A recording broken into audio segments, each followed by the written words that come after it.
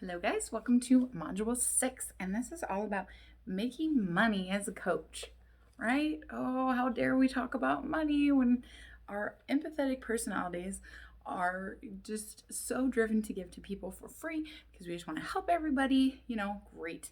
We can't help a whole lot of people if we still have to work a 9 to 5 next to it in order to get away for free, give it away for free. And let me tell you, when people don't invest, they are much less committed to the results. They don't have skin in the game. The results kind of stink. So, charging for services is really important. Being successful as a coach doesn't have to be around monetary payment, but I'm willing to bet that most of you guys would like to get paid for doing what you do. So, we're going to talk about making money as a coach and where to give for free. Because trust me, my ideology is I either work for a really great hourly or I give absolutely for free. Those are my two things. There's really not much in between. My time is very valuable. My partner and I have 6 kids between the two of us, and I don't have time to do all that and give adequately to my family. So, I'm either working for this or I'm giving for free, and that is very intentional time, and I love giving for free. And because when you do work and you set value on what you do, you can afford to make more in that time, and you can afford the time and the finances to give in other areas where you see need, which is really cool. And let me tell you just how critical that is to being an elite coach, to being an entrepreneur, to being an awesome business person. Like I said, Tony Robbins is my hero, and he will tell you over and over and over again how important it is to give to people. Okay, you just got to do it in the right way because, like I said, empathetic personality types, we don't, or empaths, like most are, and not everyone is, but most in this arena tend to be. We would just give it all for free, and then we burn ourselves out, and that thing we were once passionate about just goes down the drain because we have all the life is sucked out of it now. So it's a fine line, but making money is really important. So one way of making money is package your services and deals. So instead of just saying, hey, my hourly is this, figure out what you want your hourly to be, on an hourly basis, but also in quantity. So if someone is doing X amount of sessions, what does that look like? You can usually discount it a little bit in that. What is the going rate in your area? And what do you bring to the table? How good are you at what you do? And where you're better to build up if you think that you're going to have a problem selling something. So whether you're doing group programs, whether you're doing online services, whether you're doing one-on-one sessions, whatever it is that you do, whether you're bringing programs into a different business. Like I said, we train a lot of people in the beauty industry who put gut packages in with beauty services and stuff. It's not about, when you think that you're having trouble selling something, there's a couple of things to reevaluate. One, what is your product? Is it of quality? Are you delivering adequately on it? Are you teaching people and educating people on what it is that you are actually doing and why they need it? Are you selling it well, essentially? But also, two, adding value. Add value. Don't demean services, if that makes any sense. Add value to the service. So if you think that you're having trouble selling something because your package price feels a little high, add things to that add value to that package before lessening the amount of the package. It's like saying, oh, I kind of can't cut it. Aside from practicality, if you're like, okay, I really overpriced something by accident, and I'm looking around and I'm really researching this and I'm a little steep, and if I come down a little, maybe that would do good. That's evaluation of business.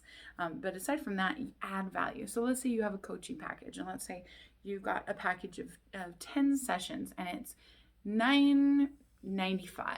Okay, that's like $99 a session.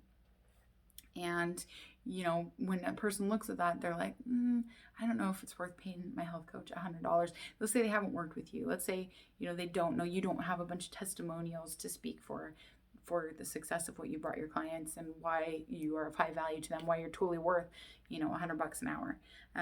Let's just say you don't have that. So what other things can you put in there? Having like some kind of material or ebook and free menu, some things that you can make once, like one and done. You can make them and then just use them, and you can put them in that package. So they're getting 10 sessions, and they're getting, meals for this many weeks, meal list for this many weeks, and they're getting group support through a group, and they're getting all these things that don't require a ton of money and time out of you, minus the initial investment. But what they do is they add value and they bulk up that package thing that you have. So instead of looking like, oh, she's charging me almost $100 an hour per session, oh, I get 10 sessions and I get all these other things for just under $1,000, right? So that's not toying with people. That's not being dishonest or anything. If you're bringing quality to the table, you are. The problem is that you still have to work as a salesperson, which kind of stinks. You still have to work as a salesperson. You have to understand that in that world, people are used to getting deals. And if they don't know about you, then they're less apt to just invest very fast. People will spend money left and right because something has a perceived value. Why do you think they have $5,000 handbags? Okay, and they're questioning spending under $1,000 on your services that are going to give them all this value and health and all of your time and your skill set, but yet they'll go spend $5,000 on a handbag. Yeah, many of us won't spend $5,000 on a handbag, but or shoes with a specific color on the bottom of the foot. Okay, I'm just saying there's a reason, because there's a different kind of value that they perceive in these things. It holds significance. That's the word. It holds significance. So when they wear those shoes and people see them kick their feet up, they're like, oh, dang, she must be successful, or she must have money. The cars we drive, the things we do, right? The handbags, our yoga pants, the name brands on our clothes, people pay more. Yes, sometimes more quality comes with them. I'm not going to lie. I have my yoga pants that I pay more for because they last a really long time, and I love the way that they hold everything in. But other than that, sometimes we pay for the perceived value of something, the significance of it. And so if we can bulk up the package, that is the world we're working in. And if you come down on pricing because you see people like hesitant to buy, and you are priced right, but they're just having a problem kind of making the jump, then what you do is you show them that your services aren't really worth it, that maybe you're kind of desperate for their business, and you're not. You don't need to be, no matter where you're at least not show that hand to them, because that's a bad foot, that's a bad foot to start in on. So you're better to just add more value to that than to lessen the cost of your services or diminish your product at all. That's my 2 cents, no pun intended, on that, on making money. You can absolutely make money. The top percentage of coaches, I think, 5% of coaches is making well into the 6 figures. And there's no reason that you can't be that. One of the biggest issues that people aren't succeeding as coaches is because they don't understand business and they don't keep going through their obstacles. They quit at some point. And if you keep growing and learning, there's no way to fail. And those are the people that end up on top. And through those little successes, you get boosted confidence, which just excels your business because then your head gets in the right space. Even when you trip over your feet every once in a while, which you will. We all do. And you will consistently throughout the duration of your entrepreneurial life. So learn how to handle it now, and that's how you get to the next level.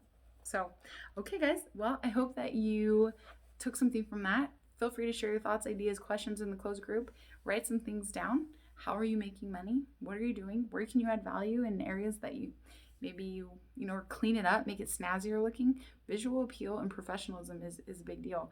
If you don't have like a web page that looks like it's professional, which you can do DIY ones for fairly cheap now, there's no excuse not to have a polished professional look on the things that you do. But people will make a judgment about you based on some of those things. So it's important to just know, how we're presenting ourselves and where to add value in our services.